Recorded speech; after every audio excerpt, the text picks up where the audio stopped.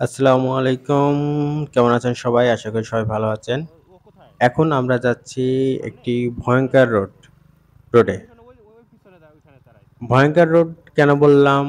চলেন আমরা একটু সামনে যেতে দেখি আর বলি।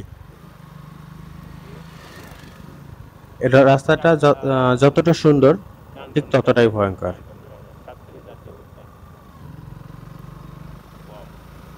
রাস্তার ২ পাশটা এত সুন্দর আর ২ পাশে গাছ থাকার কারণে মানে পুরা জায়গাটা অনেক ঠান্ডা।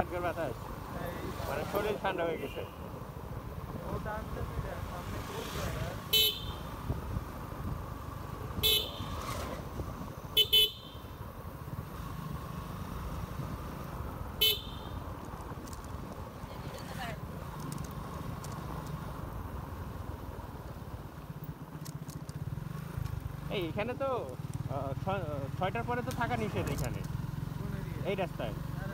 তাহলে মানে সাতচল্লিশ যে ন্যাশনাল পার্ক, ওটা তো ৬টা পর্যন্ত খোলা থাকে। আচ্ছা, আমরা এখন পার্কে যাই নাই।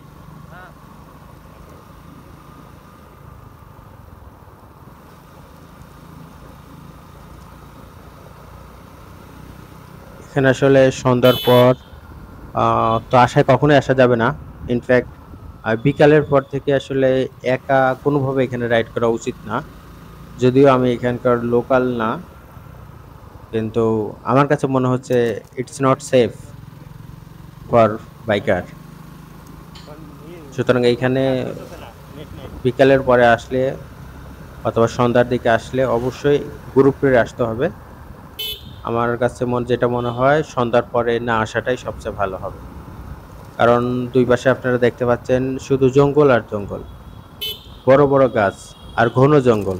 এখানে কিছু হলে আসলে বাঁচানোর মতো কেউ নাই। আর সবচেয়ে বড় কথা হচ্ছে এখানে ফোনে নেটওয়ার্ক থাকে না। এখানে ঢোকার পরে আপনার ফোন থেকে অটোমেটিক নেটওয়ার্ক ডিসকানেক্ট হয়ে যাবে। তাহলে আপনি নেটওয়ার্ক ডিসকানেক্ট হয়ে গেলে তো আপনি কারো সাথে যোগাযোগ করতে পারবেন না। সুতরাং এটা আসলে কোনো সেফ রাস্তা না। এইজন্য এখানে আসলে অবশ্যই সন্ধ্যার আগেই চলে যাইতে হবে এখান থেকে এবং একসাথে অনেক গ্রুপ ট্যুর আসতে হবে। ইনফ্যাক্ট গ্রুপ ট্যুর আসলেও আসলে মনে হয় না এটা সেফ হবে। সুতরাং আমার কাছে সবচেয়ে এই রাস্তা তো ভুলেও ভালো যে চলা যাবে না অপশনটা কিন্তু, আছে সেটা হচ্ছে এই এটা রোডটা বিকাল এভয়েড করাই সবচেয়ে বেটার। সন্ধ্যার পরে যদি ভুল করেও আসা যায়, একবারে নিয়ে এই জঙ্গলের ভিতরে ঢুকাই রাখবো। ১ মাস পরেও খুঁজে পাওয়া যাবে না।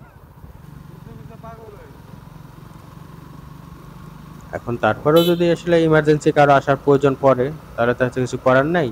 তখন অবশ্যই প্রপার সেফটি মেইনটেইন করে আসতে হবে। সবাই ভালো থাকবেন, সুস্থ থাকবেন। আসসালামু আলাইকুম। জাতীয়, আমরা জাতীয় উদ্যানের সামনে চলে আসছি।